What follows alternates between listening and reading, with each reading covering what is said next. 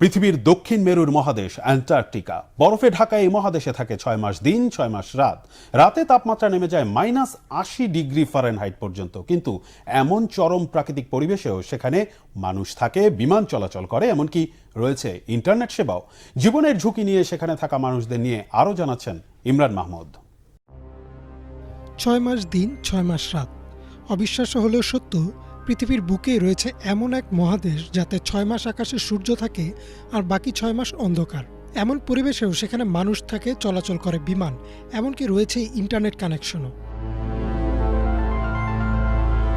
পৃথিবীর দক্ষিণতম প্রান্তে রয়েছে অ্যান্টার্কটিকা, একটি বিশাল এবং নির্জন মহাদেশ যা অন্য কোনো জায়গার মতো প্রাকৃতিক ঘটনার সাক্ষী হয় না।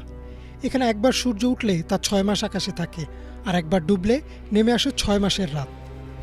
এ সময় অ্যান্টার্কটিকার তাপমাত্রা নামতে পারে -80 ডিগ্রি ফারেনহাইট পর্যন্ত। তবে এই মহাদেশে কোনো সাধারণ মানুষ থাকে না। যারা থাকেন তাদের কাজ শুধুমাত্র গবেষণা করা। মহাকাশে ইন্টারন্যাশনাল স্পেস স্টেশনে যে নভোচারীরা আছেন তাদের চেয়েও কঠিন পরিস্থিতির মুখোমুখি হতে হয় অ্যান্টার্কটিকায় থাকা গবেষকদের। অ্যান্টার্কটিকার বাতাসে কোনো আর্দ্রতা নেই, ফলে গবেষকরা খুব সহজে আক্রান্ত হতে পারেন চর্মরোগ ও ডিহাইড্রেশনে। এছাড়াও এই মহাদেশের অবস্থান সমুদ্রপৃষ্ঠ থেকে প্রায় ৯,৫০০ ফুট উঁচুতে, ফলে বাতাসে অক্সিজেনের পরিমাণও স্বাভাবিকের চেয়ে কম। এখানে সব মিলিয়ে প্রায় ৭০টি স্থায়ী রিসার্চ সেন্টার রয়েছে, যেখানে উষ্ণ মৌসুমে সর্বোচ্চ ১২০০ জন পর্যন্ত থাকেন। প্রতিটি স্টেশনে রয়েছে নিজস্ব কিছু বৈশিষ্ট্য, তবে এগুলো এমনভাবে তৈরি যেন প্রচণ্ড বৈরী পরিবেশ থেকে গবেষকদের রক্ষা করতে পারে। গবেষকরা যদি অসুস্থ হয়ে পড়েন, তাদের চিকিৎসা দিতে প্রতিটি রিসার্চ স্টেশনে সবসময় থাকেন ডাক্তার। এরপরও কেউ যদি গুরুতর অসুস্থ হয়ে যান, তাহলে ভিডিও কলে বিশেষজ্ঞের পরামর্শ নেওয়া ছাড়া আর কোনো উপায় থাকে না।